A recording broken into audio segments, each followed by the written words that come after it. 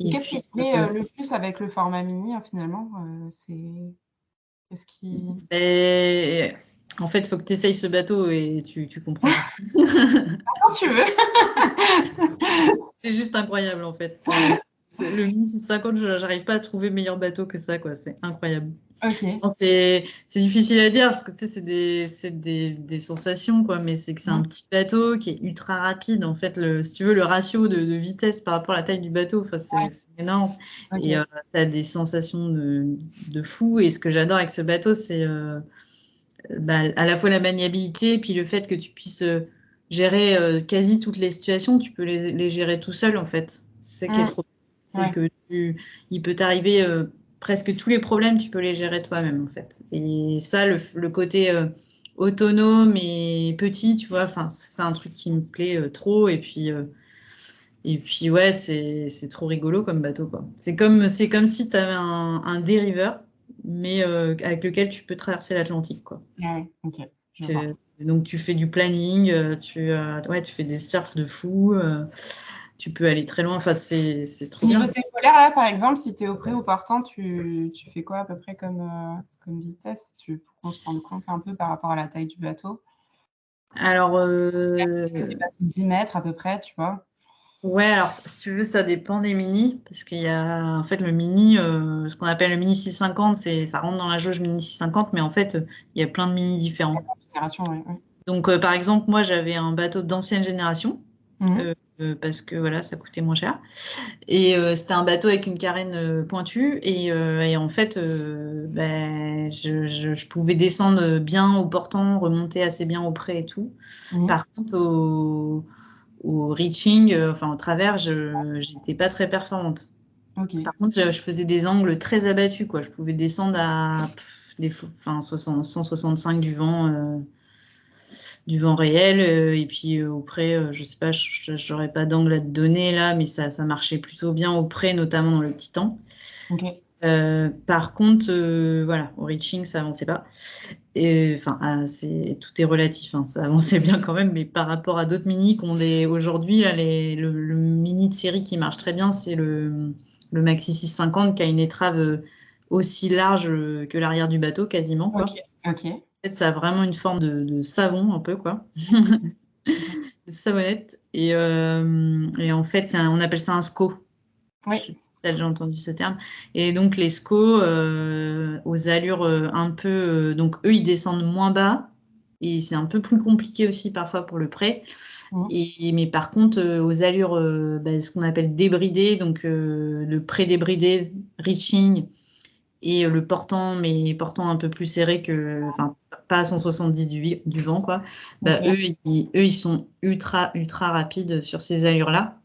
Ce qui fait qu'au final, ils sont quand même plus rapides que les carènes pointues, puisqu'ils vont faire des angles plus serrés, mais ils vont tellement vite qu'en fait, tu vois, ils vont faire des bords vachement plus serrés que toi. Donc tu te dis, ah, je suis plus loin devant, mais en fait, non, ils te rattrapent tellement ils vont vite, quoi.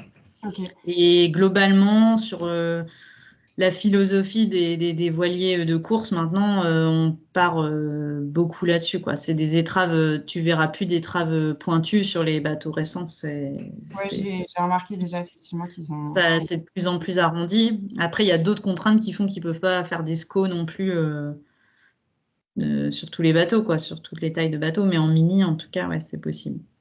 Donc, je te donne pas d'angle exact de descente et de remontée au vent parce que c'est un peu trop ouais. précis. Mais dans la philosophie, c'est ça. Je sais pas si j'ai répondu à ta question. Tu voulais plus des comparaisons par rapport à des bateaux On va rester longtemps sur le sujet, on va continuer. Donc voilà, donc tu me parlais donc des différentes courses que tu as comme projet actuellement. Donc tu continues à régater en mini sur différents supports Ouais. qui ne t'appartiennent pas, mais sur Mm. différents bateaux qui ne t'appartiennent pas, mais qui mettaient sur différents. Ouais, un peu de Mini, un peu de Figaro 3, un peu d'IRC aussi. Là, je vais faire le SPI Ouest France normalement en J99. Ok, super. Voilà, c'est des petits trucs comme ça. Mais j'ai pas de gros projets. J'ai pas une Jacques Vabre de prévu ou, Ok. ou une route de Rome.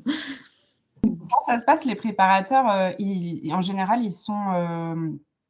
ils font ça à plein temps, c'est un métier, ils font ça à côté ou Toi, comment tu t'es organisé sur le temps que tu as donné sur ce projet?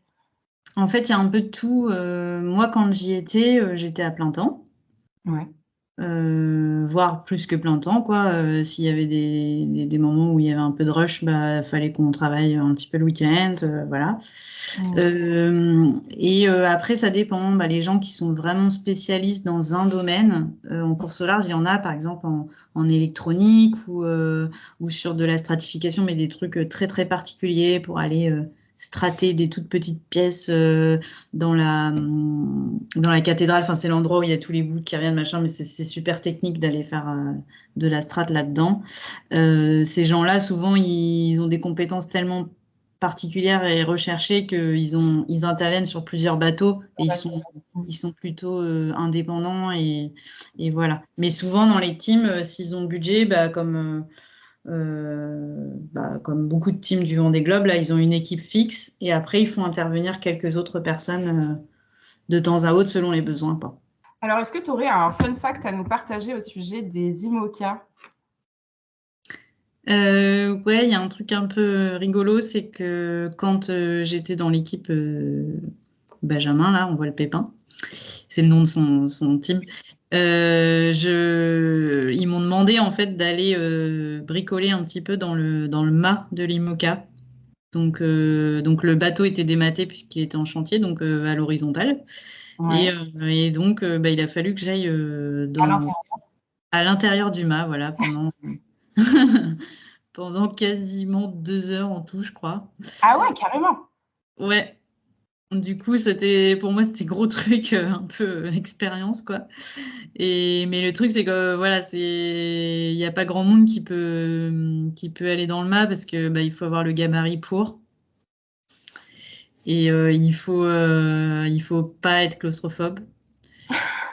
Et globalement, faut être un peu, voilà, faut pas avoir trop peur parce que c'est un peu débile quand même comme truc.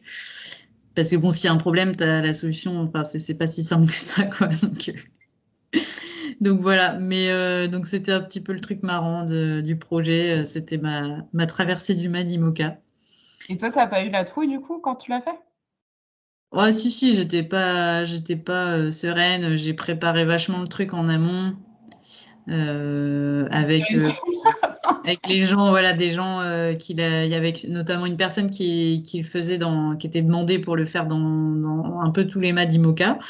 Ouais. Donc cette fille-là, elle m'a vachement conseillé sur comment faire, quoi. Parce qu'en fait, tu passes, mais vraiment, c'est serré, serré, quoi. Donc, Ok. tu as les bras devant et tu es attaché par les pieds et tu t'es tiré comme ça. Tu as les mains comme ça. Donc, tu es allongé sur le ventre et tout. Donc, c'est pas simple. Tu qu'une main qui peut travailler, que tu peux plier un peu comme ça. Enfin, voilà, tu peux pas avoir un outil avec du recul parce que tu peux pas faire ça avec tes bras. Ouais. Donc voilà, c'était le truc un peu marrant du projet, quoi. C'est Ok. l'aventure. Et tout s'est bien passé. Heureusement. Bon, bah nickel. Bon, je pense que tu as un peu répondu à la question, mais c'est qui ton préféré sur le Vendée Globe? Non, honnêtement, oui, oui, forcément, il y a un petit truc pour Benjamin parce que j'ai suivi beaucoup le projet. Mais en fait, déjà, je les trouve tous, je trouve ça tous super fort ce qu'ils font, quoi. Franchement, c'est vraiment balèze. Mais ouais, c'est sûr que Benjamin, puis Violette que je côtoie aussi un petit peu à Lorient, Ok. qui m'impressionne. Enfin, je trouve ça vraiment fou, quoi. Son... qu'elle est déjà qu'elle a été au départ de cette course en si peu de temps de préparation et avec le niveau qu'elle avait réussi à atteindre et tout. Mm. Enfin, elle est très très impressionnante.